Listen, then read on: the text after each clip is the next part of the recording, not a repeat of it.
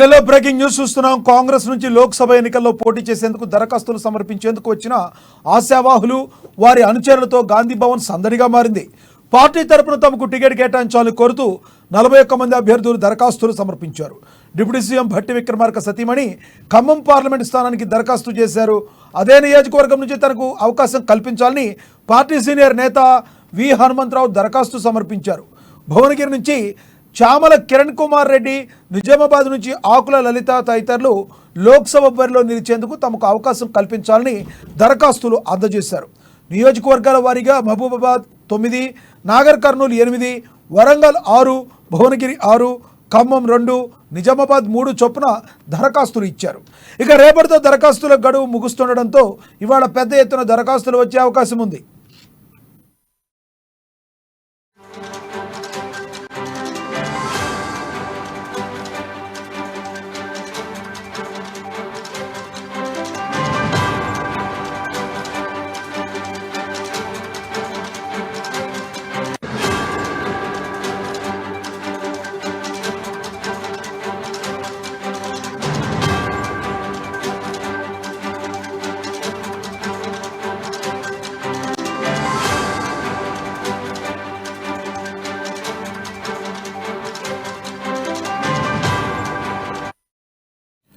బుల్డెలో breaking news చూస్తున్నాం. కాంగ్రెస్ నుంచి లోక్సభ ఎన్నికల్లో పోటీ చేసేందుకు దరఖాస్తులు సమర్పించేందుకు వచ్చిన ఆశావాహులు వారి అనుచరులతో గాంధీ భవన్ సందడిగా మారింది.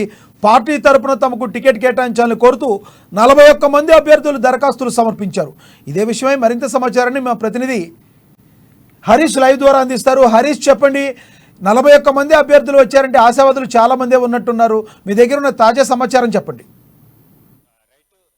కాంగ్రెస్ పార్టీ సంబంధించి ఎంపీ స్థానాలు రాష్ట్రంలో 17 పార్లమెంటు ఎంపీ స్థానాలు ఉన్నాయి. దానికి పెద్ద ఎత్తున కూడా కాంగ్రెస్ పార్టీ నుంచి కూడా ఆ స్థానాలకు తమకు టికెట్ కేటాయించాలని ఆశాభావులంతా కూడా గాంధీ భవన్కి వస్తున్నారు. పెద్ద ఎత్తున అనుచరులతో కూడా ఇక్కడ టికెట్కి సంబంధించిన దరఖాస్తులు సమర్పిస్తున్న క్రమం కనిపిస్తుంది. ఇక మొన్నటి నుంచి కూడా కాంగ్రెస్ పార్టీకి సంబంధించి ఎంపీ స్థానాలను దరఖాస్తు చేసుకోవాలని కూడా పీసీసీ నిర్ణయించిన మేరకు కావచ్చు, రేపు చివరి తేదీని కూడా నిర్ణయించారు. కాబట్టి ఇంకా ఇప్పటికే మొన్న 7 స్థానాలకు 7 అభ్యర్థులకు సంబంధించి మొన్న దరఖాస్తు చేసుకున్న నేపథ్యం కావచ్చు, నిన్న 34 మంది దరఖాస్తు చేసుకున్న నేపథ్యం కావచ్చు. మొత్తంగా నిన్న సాయంత్రం 7 గంటల వరకు చూస్తే 41 మంది అభ్యర్థులకు సంబంధించి దరఖాస్తు చేసుకున్నారు. ఇక రేపు చివరి తేదీన ఉండడంతో కూడా పెద్ద ఎత్తున ఈరోజు ఆ దరఖాస్తులకు సంబంధించిన కార్యక్రమం కొనసాగే అవకాశం కనిపిస్తుంది. ఇక మరి కాసేపట్లో సినీ నిర్మాత బండ్ల గణేష్ కూడా దరఖాస్తు చేసుకునేందుకు గాంధీ భవన్కి వస్తున్న క్రమం కనిపిస్తుంది. ఇక మొత్తంగా ఏదైతే కాంగ్రెస్ పార్టీ నుంచి చూస్తే 17 సెగ్మెంట్లకు సంబంధించి కూడా ఒక్కో నియోజకవర్గానికి సంబంధించి 5 నుంచి 6 మంది అభ్యర్థులు దరఖాస్తు ప్రక్రియ కొనసాగుతున్న క్రమం ఉంది. ఇప్పటికే డీసీసీలు అభ్యర్థులకు సంబంధించిన డేటా చూస్తే 187 మంది అభ్యర్థులు ఎంపీ స్థానానికి పోటీ చేసేందుకు సిద్ధంగా ఉన్నట్లు తెలుస్తుంది. దాంట్లో ఇప్పటికే 41 మంది అభ్యర్థులు దరఖాస్తు చేసుకున్నారు. దాంట్లో ఇప్పటికే సీనియర్ నేతలు ఖమ్మం సెగ్మెంట్కి సంబంధించి కూడా పోటాపోటీ నెలకొన్న నేపథ్యం కావచ్చు. ఖమ్మం పార్లమెంట్ సెగ్మెంట్లకు సంబంధించి అక్కడ ఆశావాహులంతా కూడా పెద్ద ఎత్తున దరఖాస్తు చేసుకుంటున్న క్రమం కనిపిస్తుంది. ఇప్పటికే అక్కడ పోటీలో నెలకొన్న మాజీ మంత్రి రేణుకా చౌదరి కావచ్చు, ఇక విహెచ్ కూడా ఖమ్మం పార్లమెంట్ సెగ్మెంట్ సంబంధించి కూడా నిన్న దరఖాస్తు చేసుకున్న డిప్యూటీ సీఎం భట్టి విక్రమార్క సతీమణి నందిని కూడా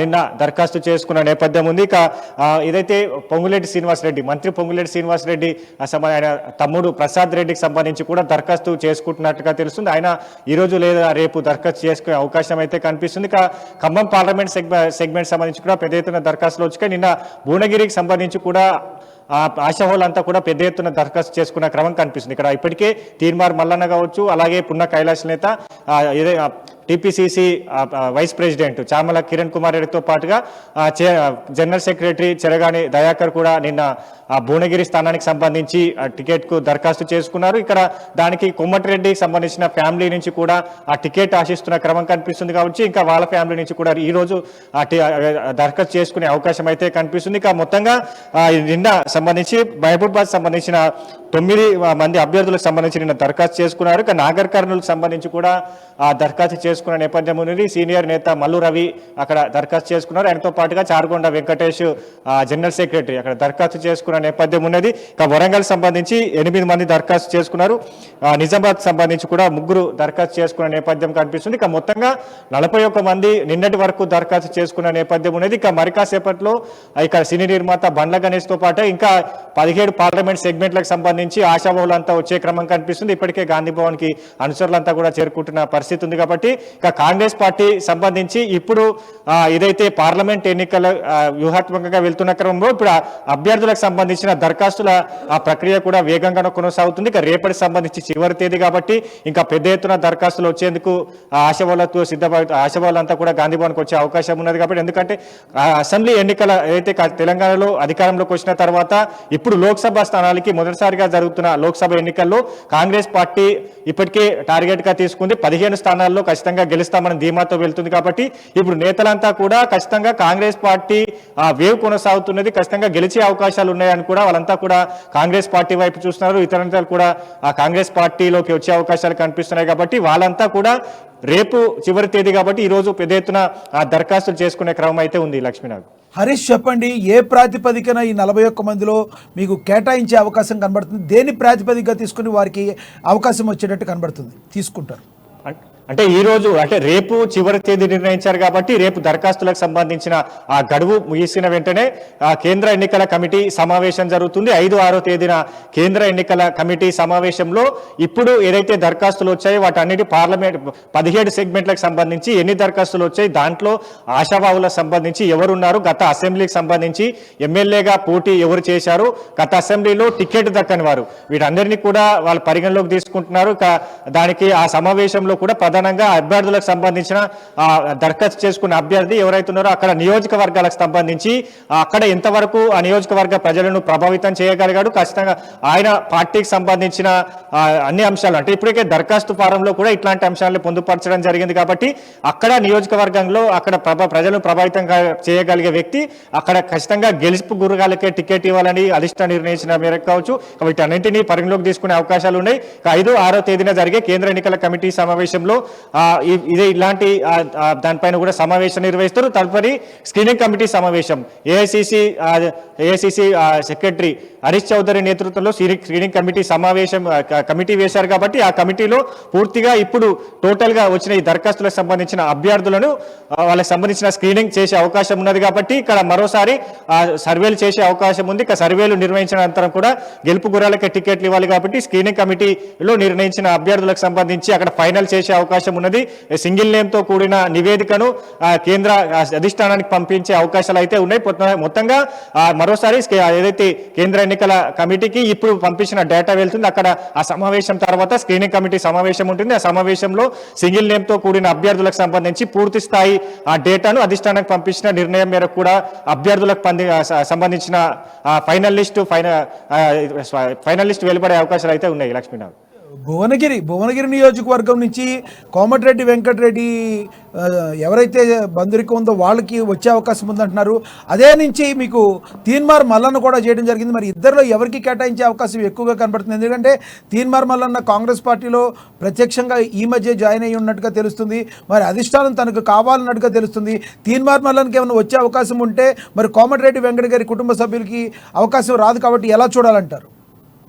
ఖచ్చితంగా అంటే భువనగిరి సంబంధించి కూడా ఏమీలుగా అభ్యర్థులకు సంబంధించి దరఖాస్తు చేసుకున్నారు. ఇప్పటికే తీన్మార్ మల్లన్న ప్రచార కమిటీ కన్వీనర్గా కొనసాగుతున్నారు. ఆయన దరఖాస్తు చేసుకున్న నేపథ్యం ఉన్నది. ఇప్పుడు ఏదైతే TPCC vice president Chamala Kiran Kumar Reddy దరఖాస్తు చేసుకున్నారు. అలాగే చెరగాని దయాకర్ అధికార ప్రతినిధి ఆయన దరఖాస్తు చేసుకున్నారు.